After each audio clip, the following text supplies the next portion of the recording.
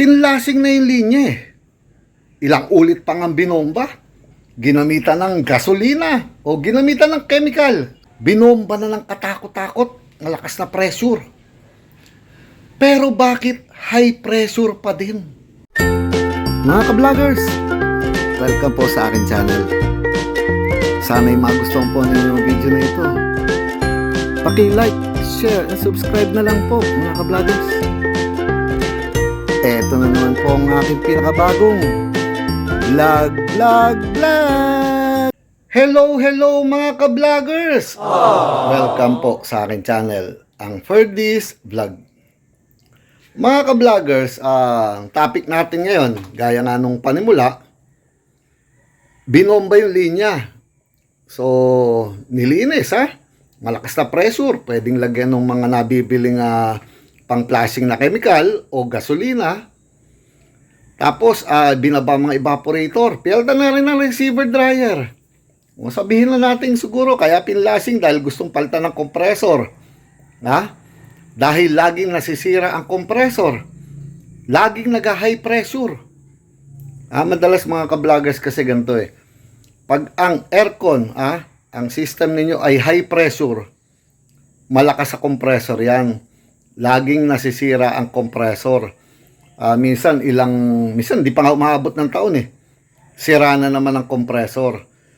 So, merong dahilan.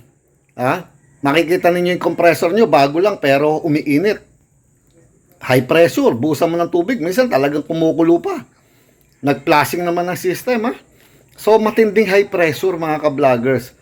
Madalas nangyayari talaga yan sa mga aircon. Lalo na kung ang system medyo luma na po. So, ano ba ang problema doon? Bakit nag-high pressure? Nakailang compressor na eh. Palit lang ng palit ng compressor. Tapos, ang isa pa dyan, mga ka-vloggers, ang kabitan ng low side tsaka high side, kamukha nitong kay Everest, siguro nakikita naman ninyo sa mga video pinakikita ko. Suction, andito sa may malapit sa evaporator sa harapan. Ang liquid line yan, nandito sa may condenser, pero hindi doon sa may discharge hose na galing sa compressor. So, karamihan kasi sa mga aircon ngayon, yung pinaka liquid line, yung tinginan ng high side, yung kinakabitan ng gauge na kulay pula, nandoon lang yan sa liquid line do sa misa 516 na tubo, naging 516 na nga lang ngayon, dati kasi mga 38 yan eh. So, doon sila nakakabit.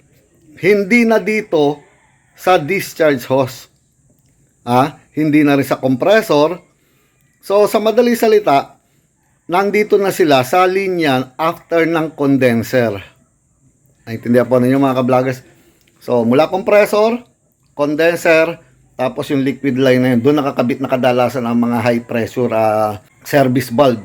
Doon nyo na matitingnan, doon nyo lalagyan ang adapter ng discharge, yung kulay pula. So, pag tinignan ninyo doon, mababa lagi ang pressure, mga ka-vloggers eh. Sasabihin nyo, paano mo sasabihin high pressure? Pero ang baba ng pressure dito sa high side, minsan 150 lang. Pero magtataka ka naman, yung compressor umiinit. Kumukulo, talagang nag-overheat. So ito po mga ka-vloggers, gusto ko pong ipakita sa inyo kung ano ba ang nangyayari. Bakit sinasabing high pressure pero ang baba naman nung nakikitang reading, nung pressure na nakikita dito sa liquid line. Dahil ang kabitan ng pula, inuulit ko yung suction, lagi naman doon sa malaking tubo yun after na evaporator. Pero yung kabitan ng discharge, yung pula sa gauge, andito sa mga liquid line. Yan na po ang uso ngayon. Wala na sila sa compressor, wala sila sa discharge hose. So, pagka gano'n na nasa liquid line, tapos nag-overheat ang compressor, high pressure, bakit nangyayari po yun? Ang baba nga na reading, inuulit ko. Dahil po kadalasan yun mga ka-vloggers, sa condenser. Yun ang dahilan kung ba't ginawa ko po itong vlog na to mga ka-vloggers. Halimbawa ang condenser ay hindi kayo nagpalit, nag-flashing lang kayo, ganyan. Nagkataon na maraming bara po ang condenser. Pagkakaroon ng high pressure dito mga ka-vloggers. Bakit ko sinabi na magkakaroon ng pagbabara sa condenser? Napatunayan na ba yan? Kasi madalas mga ka-vloggers, pagka naggawa na ngayon ng mga technician, kadalasan palit condenser na. Pero paano kung nga yung condenser mahirap bumili, mahirap maghanap mga ka-vloggers. Maraming sasakyan na masyadong mahirap ng hanapan ng piyesa, lalo yung mga luma na talaga. So ngayon mga ka-vloggers, ano ba nangyayari sa condenser? Bakit sinasabing siya ang dahilan? Bakit nag-high pressure? Ito pakikita ko sa inyo mga ka-vloggers So ito mga ka-vloggers ay condenser na siguro familiar kayo. Ito yung tinanggal kong condenser doon sa aking kumpare kay Del's Diesel TV, yung Pajero niya. Kung titingnan ninyo kasi ang mga condenser, ito serpentine pa tawag dito matataba pa nga yung mga tubo. Ayan taba. So, ito po mga ka-vloggers, gusto ko lang ipakita sa inyo, kaya ako ginawa tong video na to ngayon, kung bakit ba kadalasan nag-high pressure ang system ninyo. Pero inuulit ko, doon sa liquid line na maliit na tubo, doon nakakabit ang service valve, mababa ang nakikitang pressure. Pero high pressure, nagiinit ang compressor at madalas masunog. Madalas mag-stack up, madalas mag-black oil.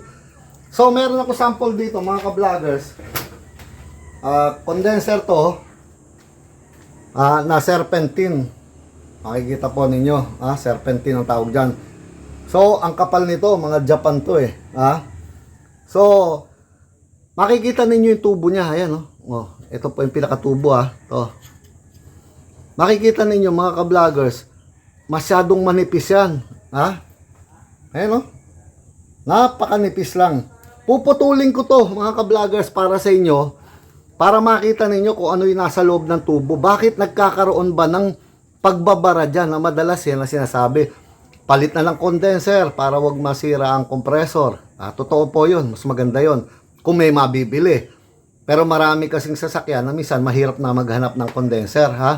So ngayon mga ka-vloggers, puputulin ko po to at ipapakita ko sa inyo kung ano ang itsura ng loob ng condenser. Bakit prone sila sa pagbabara, Andali.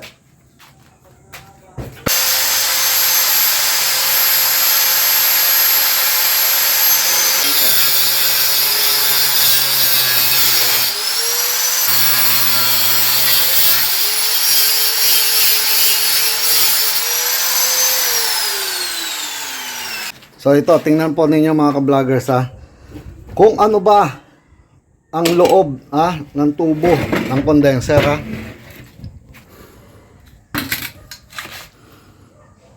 Tingnan ninyo. Ginrinder ko lang yan pero ang maaaring pinakabutas niyan ito, ito Ang liliit lang ng butas niya, mga ka-vloggers. So, ito kasing condenser na to mga ka-vloggers, medyo makapal to. Mahigit 1 inch to mga Japan to So, makapal yan. Pero yung mga nabibili sa Pilipinas, mga 1 inch lang po kadalasan ang taba nun. No? Lalo na yung mga laminated, sobrang ninipis nun. Ang mga laminated mga ka-vloggers, napakanipis yan. So, malamig, mabilis mawala yung init, pero napakaliit lalo ng tubo nun Tignan niyo tong tubo nga nitong Japan na serpentine tignan niyo. Kung pagmamasdan ninyo mga ka-vloggers eto lang ang normal yan sa unang-una, yan siguradong pinaka-normal na butas yan. Pero ganyan lang kaliit. Yung mga nabibili sa Pilipinas, minsan palapad siya, mga gawang China siguro yon, palapad, minsan mga 4 lang ang butas, ganyan. Paano kung mabarahan yung mga ilang butas dyan dahil sa mga rebaba ng compressor, ngayon paano kung mabarahan nga? Masaraduhan ng dumi, konting dumi lang, nakita mo ngayon, yung iba, ginrinder ko lang, sarado na, Pero paano kung mabarahan, mga ilang butas, 3, 4, hindi na dadaanan ng refrigerant doon mula sa simula hanggang doon sa kabilang dulo. Dire-diretso po kasi ang linya niyan. Bawat isang butas doon, Dire-diretso yan hanggang dito sa labasan sa kabilang side ng condenser, no? Kabilang fitting. So, pag dito sa entrada, nabarahan na po. Ha? Nagkaroon ng bara yung butas. Oh, sabihin ng mga 3 o 4 na barahan na ng mga dumi. Minsan nga hindi lang eh. Lalo kung malala ang compressor, baka 1-2 na lang ang gumagana ng butas. Mag-iinit po ng todo ang system. Mahirapan ng compressor. Kadalasan na pumuputok pa yung discharge hose. Kung bakit malakas kayo sa discharge hose, laging nagli-leak. At ang mahirap pa nga, laging nasisira ang compressor. Laging nagiinit, natutuyuan ng oil. Dahil po yan, mga ka-vloggers, sa condenser, pagka nagbara na, minsan makikita nyo, wala nga siguro dito. Pero nandun na pala sa kaloob-looban, sa halaki ng tatakbuhin. Papasok siya dyan, paikot-ikot siya sa lahat ng tubong yan, mga ka-vloggers. Tapos lalabas siya dito sa isa pang fitting. Oh, dire-diretso lang yun. Ang dami ng dadaanan niya. Paano kung nakalusot nga siya rito? Pero nandun na pala sa loob, pumasok na, mga ka-vloggers. Hindi mo naman alam kung nasaan dyan. Kaya mga ka-vloggers, ang solusyon, hanggat maaari kung may problema kayo sa ganyan, high pressure o nagpalit ng compressor, para sa akin, may advice ko, kung may mabibili din lang palitan ninyo ng condenser para medyo makaiwas na kayo sa ganyang problema. Pero number 1, kailangan i-flashing muna yung system, mga evaporator, mga tubo, lahat. I-flashing muna ng todo-todo bago magpalit ng condenser. Yun naman, kung talaga magpapalit kayo ng compressor, halimbawa, nag-stack up o nagbuga ng black oil o mga rebaba, maingay na, palitan na ninyo ng condenser, mga ka-vloggers. Ma-i-advise ko para sigurado. Kasi yung pagbabara, hindi ninyo alam kahit kung nasan siya, doon sa laki ng condenser na yun. Nakapasok siya doon sa entrada, nandun na sa loob, wala na, patay na ang isang linya nun. Paano kung lahat yun nabarahan na pala?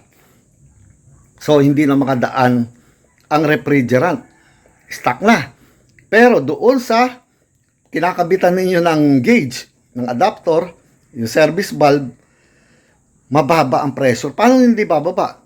Hindi na po lumalabas doon yung refrigerant. Ando na lang sa compressor, pinapump niya hanggang discharge hose, papuntang condenser. Yung papunta na po, tapos pupunta siya sa dryer, no? Yung papunta na dito sa mga evaporator, hanggang dito, kung ang dryer nakaseparate, makikita ninyo ang mababa ang mga pressure dyan, mga ka-vloggers. Kasi nga, nandito na lahat ng pressure sa compressor at sa discharge hose. Dahil nagbabara nga po ang condenser. Tandaan ninyo yan, mga ka-vloggers, napakahalaga po niyan. Kaya ko lang ginawa tong vlog na to para sabihin sa inyo yan at ipaalala. Dahil kung madalas kayong masiraan ng compressor, inuulit ko, condenser po lagi ang problema ninyo, mga ka-vloggers. Palitan ninyo ng condenser, i-flashing muna yung buong system, walang iiwan dyan kalasin mga evaporator, palit ng receiver dryer, napakahalaga dyan. Kasi nag-flashing nga kayo, hindi nyo mapiltan ng dryer, andun lahat ng dumi nun, kaya nga filter dryer, receiver dryer. So palit ng receiver dryer, flashing, bago kung compressor, halimbawa nagpalit kayo, baguhin ninyo ang condenser, mga ka-vloggers. Maniwala kayo sa akin at gaganda po yan. So sinare ko lang sa inyo to, mga ka-vloggers. Simpleng video pero napakahalaga. At kinating ko pa nga yung condenser para lang makita ninyo kung ano yung loob niyan, Ano pa po ba sasabihin ko, mga ka-vloggers? Eto na naman po ang pinakabagong edition ng aking vlog. Paalam, mga ka-vloggers, paalam po. Ingat po sana kayo.